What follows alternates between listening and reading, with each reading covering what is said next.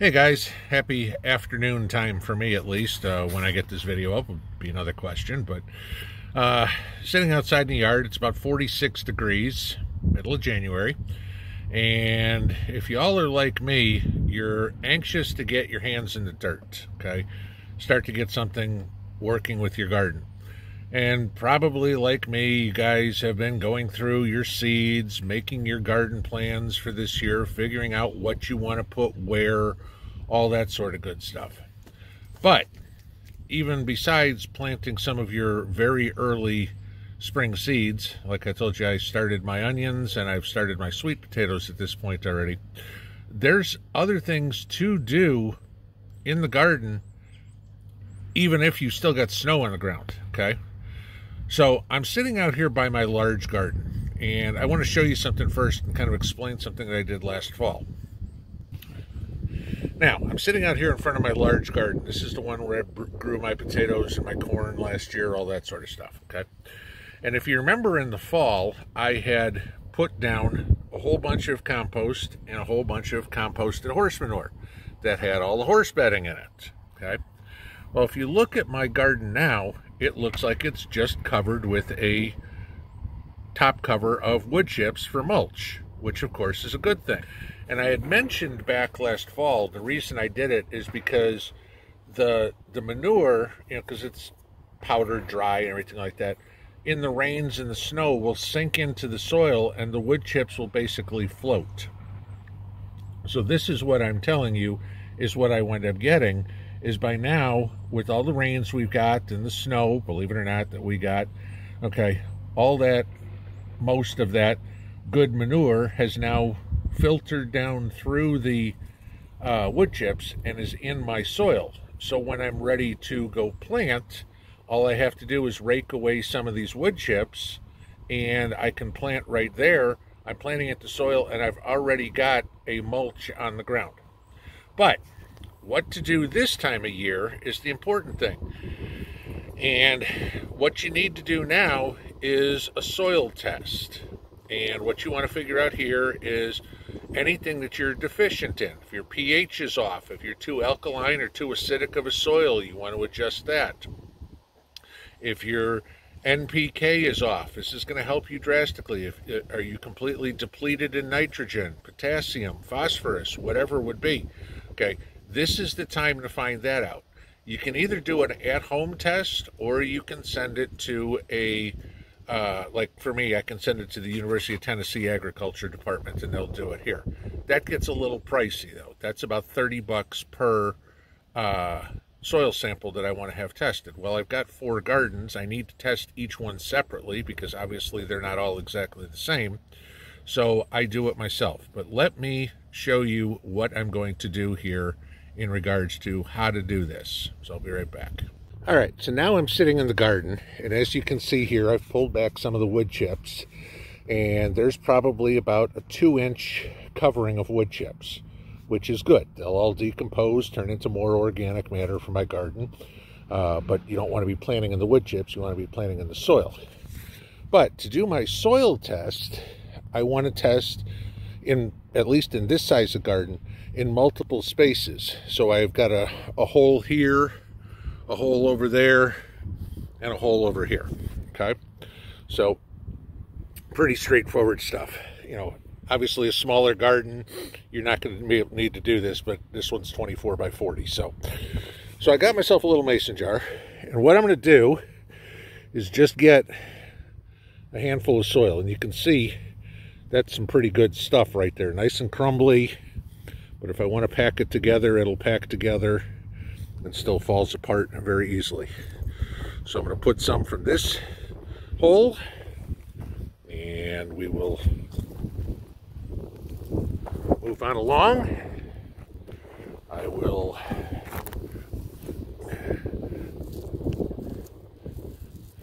there's a piece of plastic in there.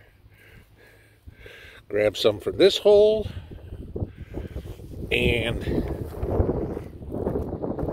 go over here and grab some from this hole. And I can tell the soil looks a little different in each spot. Now, of course, because of the size of the garden, that's going to be normal. Okay, so now I got my soil samples and just decided to come back inside. It's a little easier to do this on a table than anything, but I am going to do the home soil tests, and I will show you this. This is one I got off of Amazon, rapid test, but I can test my pH, my nitrogen, my potassium, and my phosphorus with this kit. Not that difficult for me to do, so I'll start out with the pH test, but let me show you how I do this. Okay, so this kit is pretty easy to use, and I'll kind of show you this. You see it up close. On the, what is that? I guess that's your right-hand side. You'll see the clear window, and what I'm doing there is I'm filling it with soil up to that line, which is hardly anything, okay? Very tiny amount.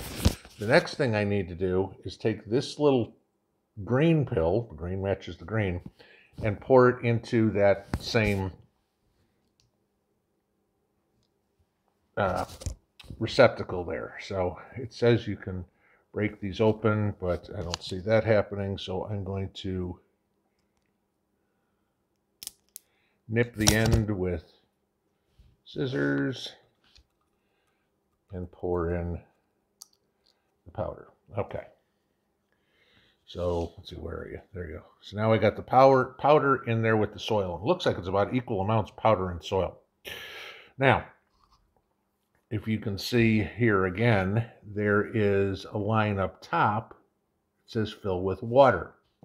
So I'm going to, whoops, not drop this. Fill up to that line with bottled water. Don't want to use your tap water, your well water, anything like that. I mean, I'm on well water, and the last thing I need to do is test the pH of my water. I mean, because I know there is, you know, I know I've got hard water. So, I mean, obviously there are minerals and everything like that in it. I want to use purified water. They give you a little eyedropper. So I'm just going to put water in here with the eyedropper.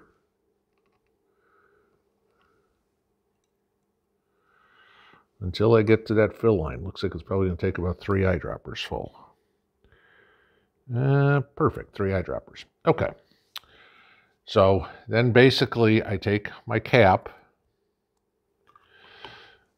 put it back on here nice and tight, and then I shake this for about a minute. So you don't need to see me shake this, so I'll be right back.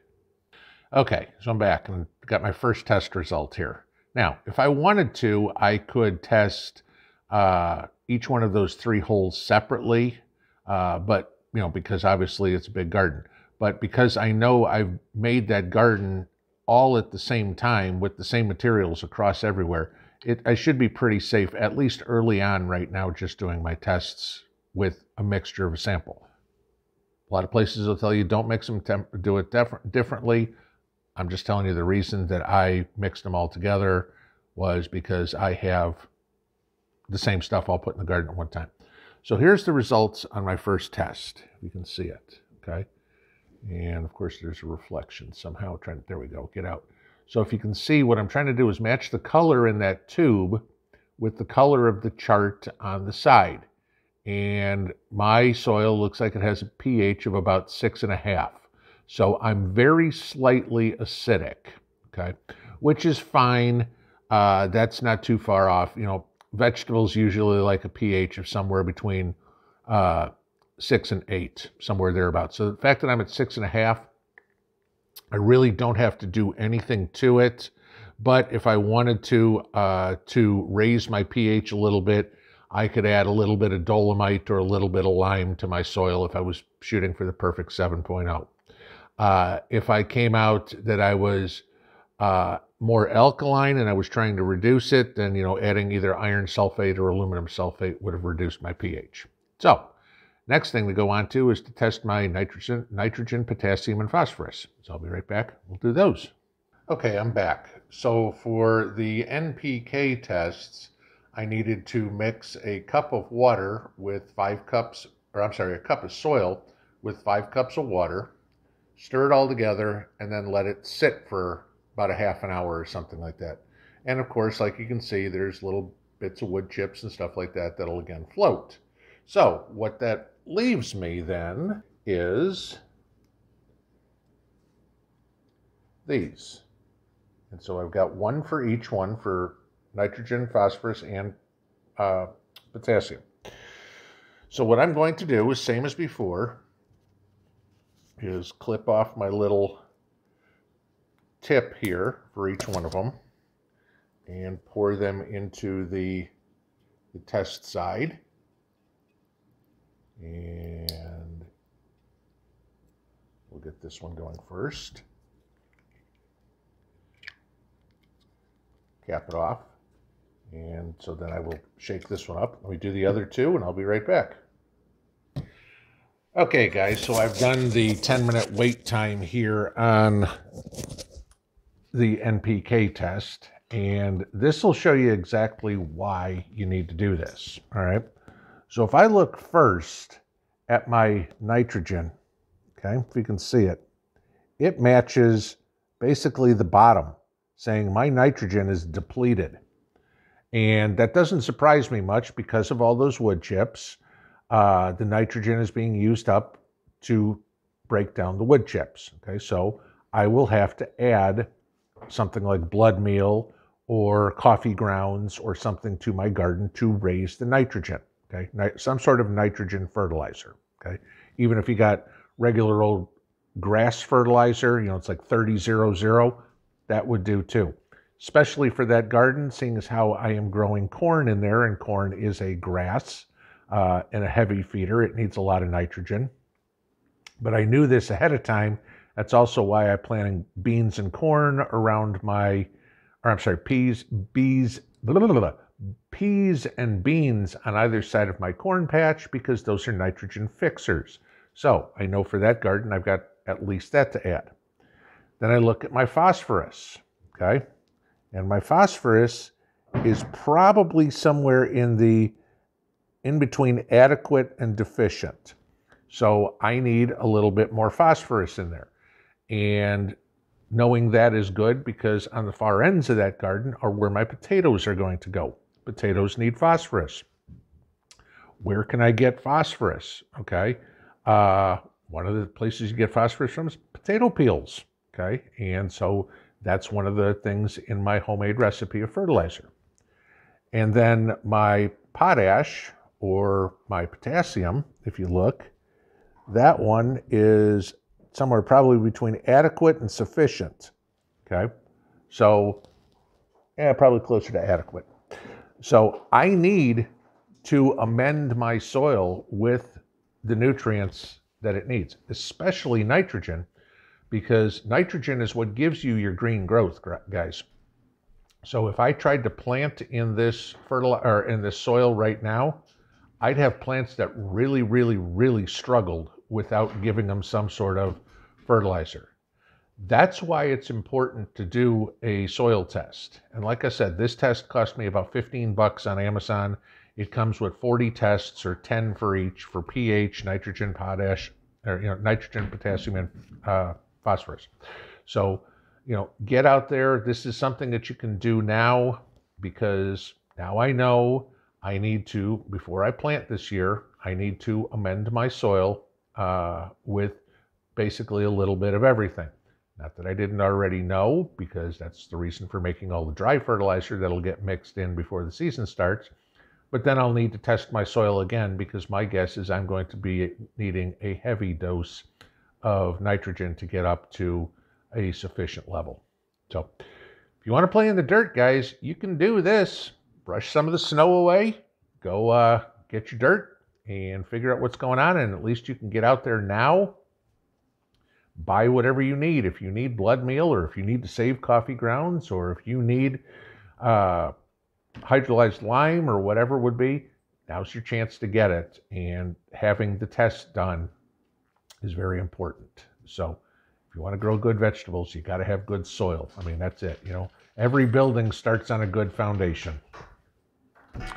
Have a good afternoon. Pinball out.